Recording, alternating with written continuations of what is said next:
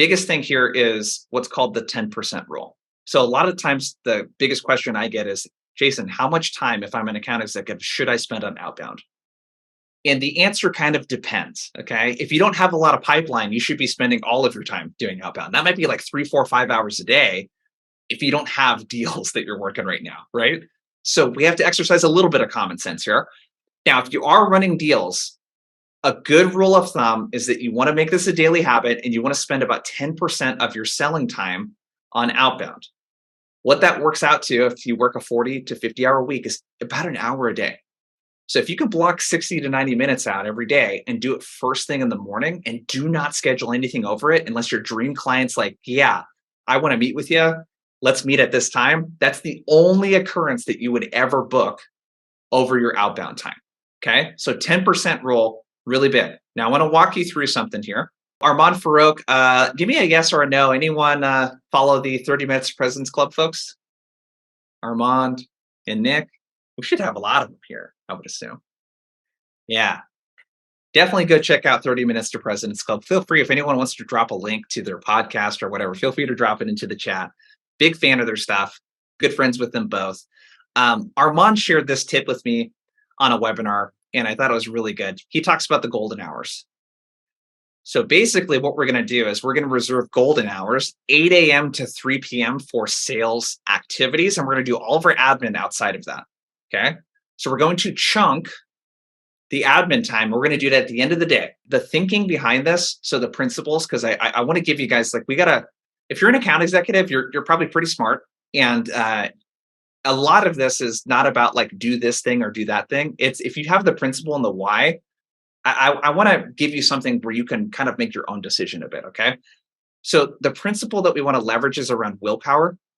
So there's a reason why executives and, like presidents and things like that, regardless of what you think of our president, typically what they do to reduce decision making is they reduce the amount of choices that they have to make throughout the day. So if you've ever noticed that you're really exhausted after a long day mentally, and maybe you don't even feel like you accomplished that much, but you had to make a lot of decisions, your willpower, your ability to make decisions, like it depletes throughout the day. So if we can push things that deplete willpower, but don't need a lot of like quality activity, like looking at email or sending email follow-ups versus making a cold call or running a sales call, if we can push willpower depleting things that aren't high impact to the end of the day, we're going to have more brain power to do the stuff that really matters. Because if I'm at 70% of my brain capacity to send a follow-up email, that's not nearly going to make as much of an impact as if I'm at 70% on a cold call. Because I kind of need to be at like 95% plus in order to that could be the difference between getting a meeting or not. So I want to prioritize stuff that burns willpower, that's high impact. I want to do that as close as possible to the beginning of the day, and especially during business hours. So the big takeaway is a couple things, okay? Block out 10% of your time for prospecting, 1 to 2 hours a day. Save extra time on Fridays if possible. Yeah, Tatiana said decision fatigue. Yep. Jeb Blunt's got some really big stuff on golden hours. You guys are dropping into the chat, loving it. And here's what a typical, probably need to zoom in here. Here's what a typical week might look like if you're structuring your week in this way. Let me know in the chat what's different about this schedule than how you run your week. Let me know in the chat. The schedule that I have on the screen here, what's different about this schedule than how you run your week? Dude, Alex, I hear you on that. It's just like, it's such a brain drain to be in Slack all day.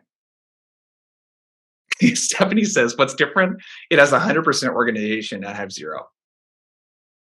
Yeah, there's not a lot of internal meetings. John's got white space. One of the things, I can't remember who I heard this from, but like for me, the way I manage my calendar, white space is the enemy. I don't want any white space on my calendar. I want every block accounted for, even if it's not a meeting, which the stuff in red here, that's meetings, right? That's sales activities. The stuff in yellow is our break time.